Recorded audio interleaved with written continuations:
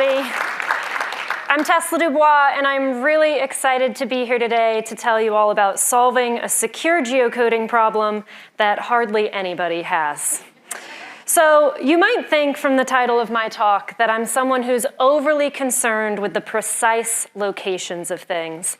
But in reality, I place a lot more value on the journey. So today, I'm going to tell you about my journey of getting from one place in data science learning to another place that was relatively further along through the task of creating a secure, code-free geocoder. So first of all, why build a secure, code-free geocoder? Well, as my puppy is proudly telling you here, I work at Fox Chase Cancer Center, and I'm a geospatial data analyst there. So I do things like this. I characterize cancer burden by neighborhood. This is in Philadelphia, and in this case, looking at lung cancer. Then I do the same thing with cancer risk. So in this case, we're looking at smoking behavior and the density of tobacco retailers. And then I use that to inform interventions. In this case, we're looking at tobacco treatment participants for our smoking cessation program. Basically, I'm arguing that targeted cancer prevention efforts depend on geocoded patient data. So geocoding is the process of turning a text address into a geographically referenced coordinate system like latitude and longitude. And there are many ways to do this. Most people can use one of these tools. But the thing about doing this with patient data is that you have to be really careful because an address is an individual identifier. So we can't send that over a server. At least the most conservative health researchers are not going to send that over a server for data security concerns. There are a few options that are secure for geocoding, but they tend to be clunky, expensive, and/or require coding.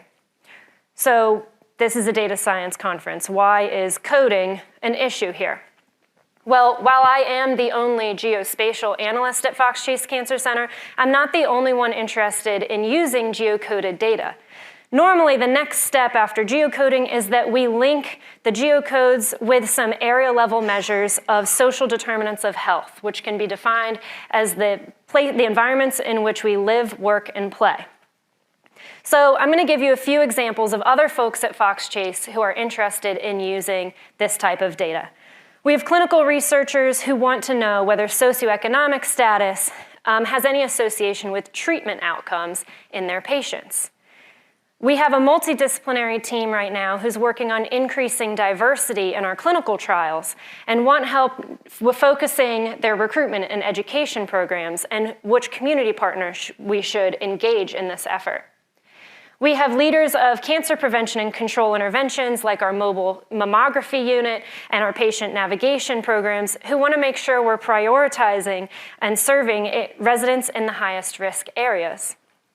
And finally, our leaders and administrators of the Cancer Center are required to report back to the National Cancer Institute how well we're serving the residents in our designated catchment area, whether they're representative, our patients are representative of that catchment area, and how we're addressing disparities. So currently what happens is that these types of inquiries go to my fantastic boss, and then they're passed on to me like data requests. And on one hand, it's really awesome that I get to support this really impactful work at Fox Chase.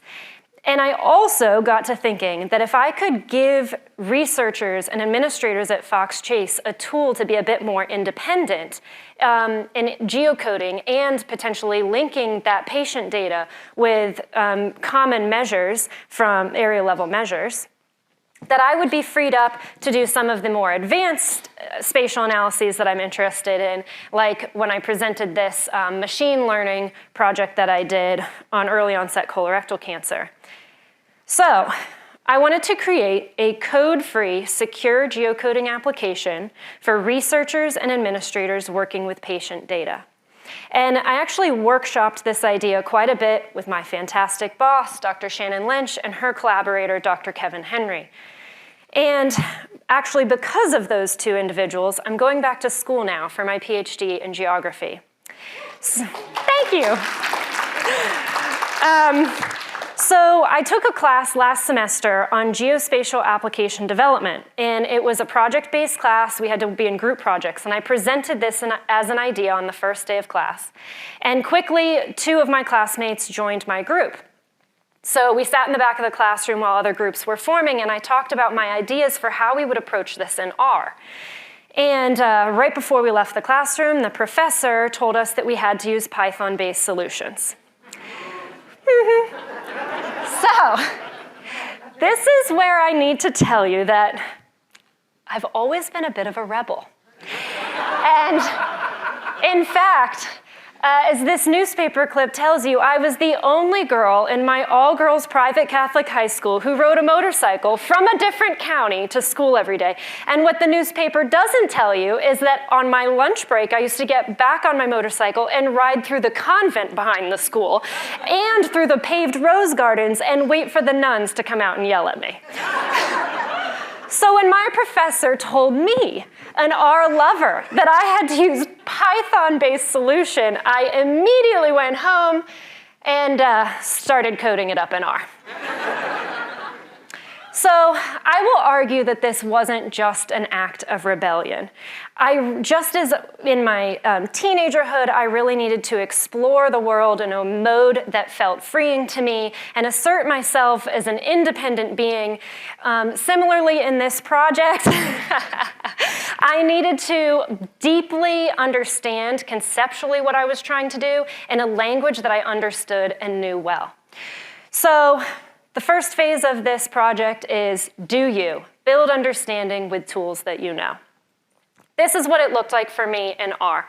I started with an address, and then I used the Tigris package to pull down all of the streets for that county within which the address resided. And this is important because this county is the only information that I sent to a remote server, and that's not individually identifiable information. From there, I used dplyr to filter down to the correct zip code, stringer to match on street name, dplyr again to get down to the line segment that included the number of the address. And then I took the centroid of that final line segment using SF. And this is a crude geocode, but I would argue, at least in an urban setting, it's sufficient. Next, I can use tidy census to pull in the census tracts again and link it spatially to that point, and tidy census again to pull in area level measures of interest. And then I do everybody's favorite, then I have this result, which is an address with the latitude and longitude and a linked area level measure of interest. Then I do everybody's favorite and stick it in a for loop. And this was my R geocoder. As I iterate over addresses, I'm getting a bigger data frame with all the linked data. So while this worked, there were several problems with this. First, addresses had to be an exact match. So if there wasn't a W for West Main Street, there just wouldn't be a match at all. There's no name regularization built into this. I could have done it, I didn't do it. Second, my R environment got way too big, way too fast. If I was including multiple counties in that initial data set, I'm pulling down those line files, which are really big for every single county, and it starts to get bogged down. Third, this is definitely not code-free. It worked for me, but it wasn't something I could extend to the other researchers and administrators at Fox Chase. And fourth, it wasn't a Python-based solution. And we did, for a moment, consider just translating it to Python and turning it in, but the other 3 issues would have still remained. So if my teens were characterized by riding a motorcycle through the convent, then my 20s were characterized by trying to shove my triathlon bike into the back of my Mini Cooper. So in my 20s, I was really into triathlons. I'd finally gotten a 4-wheeled vehicle after moving out to the East Coast. And I would spend my Sundays driving my bike out to a place where I could ride for 50 miles at a time with very little car traffic. And then I'd get back to my car, and inevitably I'd be hot and tired and dehydrated, and I'd have a hard time fitting my bike back into the Mini Cooper. So I would call my husband and tell him, first of all, like, I'm done with my ride, I survived, and then talk to him as I tried shoving the bike into the Mini Cooper. And I'd tell him what I was trying. You know, I put the other seat down, I took the front wheel off, and he might suggest something like, why don't you try putting it rear wheel first, or, you know, and sometimes that would help, but usually just the process of me talking about what I was trying would give me an idea of what to try next. And eventually, I'd get the back of the Mini Cooper shut and I'd be on my way. So this next phase of building a code-free geocoder was very similar to that. We had a lot of tools that we ended up using, and on my team, none of us had any experience with any of these before we started. So we started out by just like going home, each picking one, trying to become an expert on it, coming back, talking to each other about what we learned, and then slowly starting to puzzle these different things together. So that's the next phase, using the talk-try method to iteratively puzzle new tools together. We started out with this tutorial by Michelle Tobias, which I appreciated both for the technical expertise, but also for the validation that this was really hard and confusing and took a long time. And even with that tutorial, we spent many nights on Zoom looking at pages of failure messages. But eventually, we did come up with something that worked, and this is how it worked. So, first, we have a shell script that starts a Docker container. You have to have Docker Desktop already installed on your computer, but it doesn't need to be open or running. The shell script will start the Docker container and put a PostgreSQL database on it.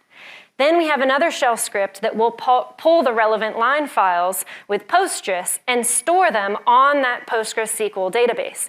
And this screenshot here is hard to see, but we have a file in there that updates every time you pull new county line files so that the next time you run it, you don't pull those same county line files again. And the data persists in your Docker database. And again, this is the only information that we're sending to a remote server is the county.